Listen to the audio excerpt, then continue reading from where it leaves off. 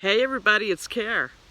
I'm in the garden today and I'm going to teach you how to grow food out of seed pods. It's a fun activity for adults and children alike. Get ready, let's go. All right guys, here we go. This is what I always use when I use seed pods. It's very easy to grow using seed pods. I use the Jiffy Professional Greenhouse, and that way if you want to grow vegetables and have kids involved or adults, this is a great way to do it. It's very interactive, so everybody can have a job to do when you use these Jiffy greenhouses. Okay, let's go inside. Okay, so here's the setup that I've got going on. I've got the Jiffy planter with the pods. I've got a water pitcher, that pink one over there. I've got that filled with about 64 ounces of water, and what I'm going to do is I'm going to pour it into the Jiffy greenhouse and let those pods pop up. I also have all of my seeds laid out as to what I'm going to plant, and I have over here, I've got little labels that actually come pre-packaged in this greenhouse, as well as a little bit of fertilizer in the water. And I have my little Sharpie so I can write on every single little tab on what it is. But honestly, you're better off doing just a handwritten journal on what you've planted in the seed pod pack, because those little plastic things, after they're out in the wind and the rain and the sun and the Florida heat, it just takes a beating. So you probably won't be able to make out what it was anyway. So I always take photos of what I do and I put them in a food journal. All right, here we go. Let's do it. Okay, so I'm going to take the pitcher of water, and I'm just going to pour the water into the tray. And what that's going to do is all those seed pods are going to come up. It's peat. These are peat pods, so they're going to expand and they're going to come up. And if you're doing this with kids, just everybody can take a turn and let everybody either hold the water or get the seeds ready, and make it real fun for everybody. What I recommend is, if you're just starting out, what you should try to grow is grow what you like to eat. You know, I've learned from experience that there's no point in growing bok choy if you don't like it. So just to say you grew it. I prefer to grow what I like to eat. That way you're always eating something healthy and fresh, and it's something that you're going to enjoy. Okay, I'm going to grow green onions. They are excellent to grow in Florida, and they grow in the heat. I've been growing them for 3 years. Rattlesnake pole beans are excellent beans to grow in the Florida heat. I've got arugula, hot peppery. I love it. It is so delicious. It's excellent, especially with sriracha mayo on it. Yum, yum. I'm going to try growing basil, the blue spice basil. It's great for bees, and I'm pretty sure it tastes pretty good too. Over here next, I've got the radishes. They are wonderful, and they're hot and peppery. I just love radishes. Very fresh, great in salad. Over here, I've got red pigeon peas and white pigeon peas. My friend Mark John Smith gave me that. He's in permaculture. Thank you very much. I appreciate that. And I'm going to try growing them because they also grow in the Florida heat. Okay, next thing, I've got my Georgia Southern collard greens. By the way, when it says container pot on the bottom of a seed packet, that means that you can grow it in a pot. You don't have to grow it in this. It's easy to grow, and you can grow it in a pot. So you don't even have to have a big garden. You can do it on your balcony or on your patio. Next thing we have is the rainbow mixed peppers, and those are amazing. They're delicious. With each different plant, it's going to be either orange peppers, green peppers, red peppers, or purple peppers. And luckily enough, the one that we have growing is a purple pepper, and it's fantastic. The next thing I'm going to plant is this bok choy, purple lady bok choy. Delicious, delicious, excellent in like a wok or any kind of Asian cooking. Really good. And then here I'm going to plant the kale, blue curled Scotch kale. By the way, that should probably grow into a tree like my other collard greens did. So yay. Okay. All right. As you can see, the seed pods are bubbling. By the way, I put the Jiffy lid over there. What you'll do is we're going to lid this when I'm done, and then you can let everything germinate for like about a week.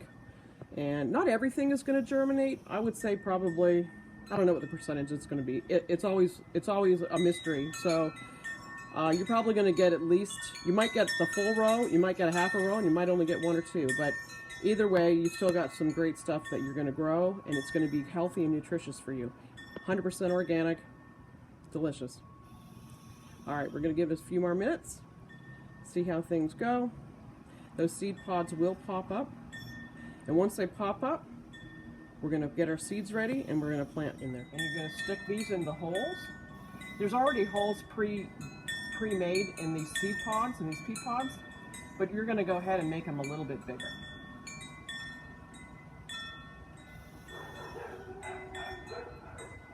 And this is where we're going to stick the seeds down in.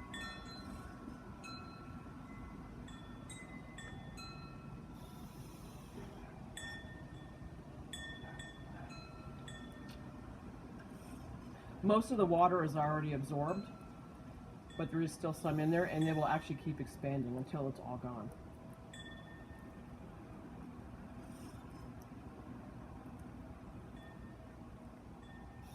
And if you're doing this with children, go ahead and let the kids put their fingers in here and get their fingers wet. It'd be a great learning lesson. There's 12 rows in here. 1, 2, 3, 4, 5, 6, 7, 8, 9, 10, 11, 12. So I've actually selected 12 different seeds that I want to plant today. I always keep a paper towel with me so I can wipe my hands off, because they are going to get dirty. Okay, so here we're going to take evergreen bunching onions. I would put 2 seeds per pod, so may have to put a few more in there, and don't worry about that because they'll still grow. Okay, I've got my rattlesnake pole beans.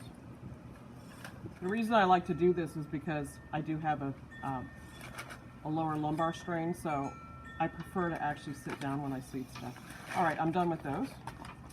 Here's arugula, hot and delicious, yum. Great with sriracha mayonnaise on a sandwich.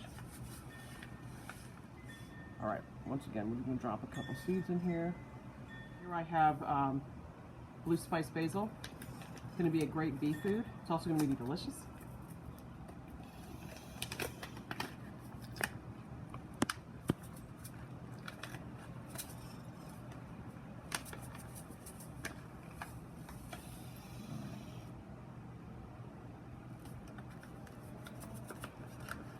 I wish all seeds were bigger, but they're not. So, unfortunately, it is what it is. Basil seeds are generally very tiny.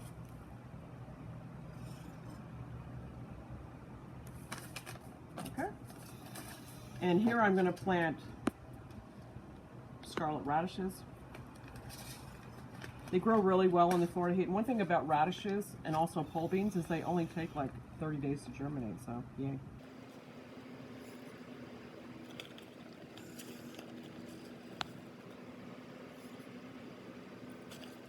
These are pigeon peas.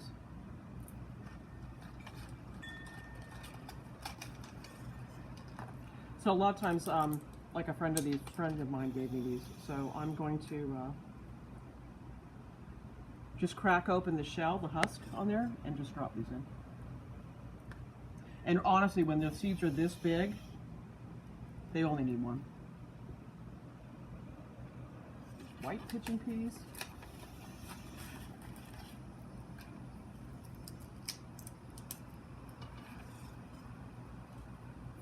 You actually can just, if you have leftover vegetables and they're starting to go bad, just dry them and you can actually collect the seeds from them. Like I just did here. I do it all the time. That way you never have to rebuy seeds. You just use the seeds that you've got. Because food is free.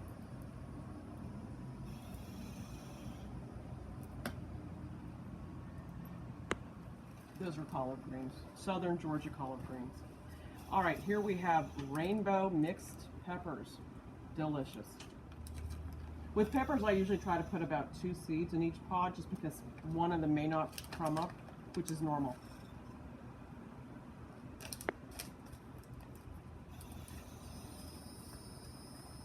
And here we have purple lady bok choy. Very easy to grow in Florida. It grows in sandy soil too.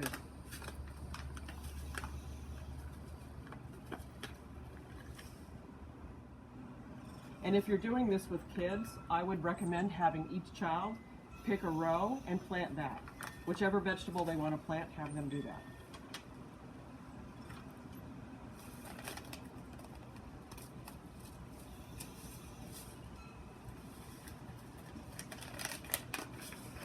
This is the blue curled kale. I'm hoping that this is actually going to be a great vegetable for me because I have had such excellent success in growing Bates collards that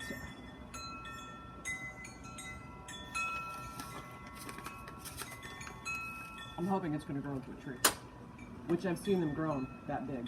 Okay, one more. Let's take a pick. What are we going to grow? I've got a whole stash of rare peppers over here, but I think I'll grow St. John's wort. That way I never have to buy it at the store. I can dry the leaves and I can just take them myself.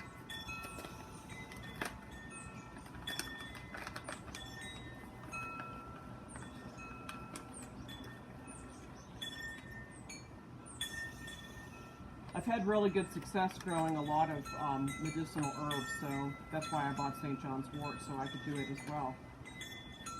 And then you're always eating healthy and using medicinal medicine, which is really good for your body opposed to using pills. St. John's wort is good for anxiety. It's also good for muscle tension, so that's what I use it for. Okay, we're done. So, I'm going to take these and I'm going to pinch each pod. I'm covering them all up.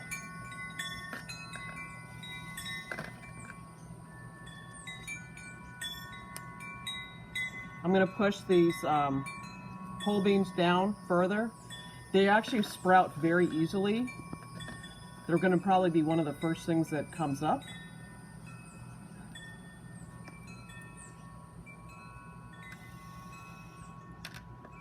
Sometimes if you need to, you can actually rip these pods if they're too tight, but they do biodegrade, so they're very good to use.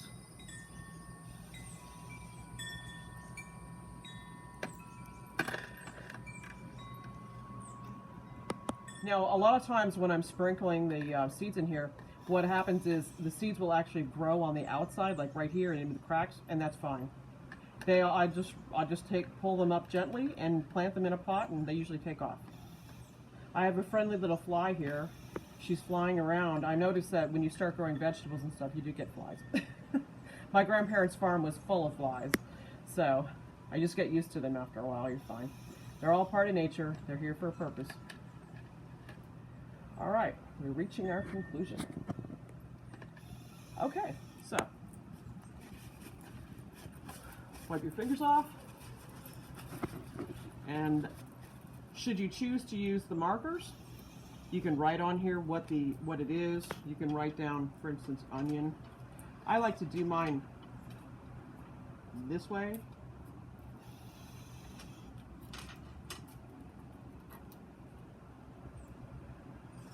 That way I can just stick the tab right in here.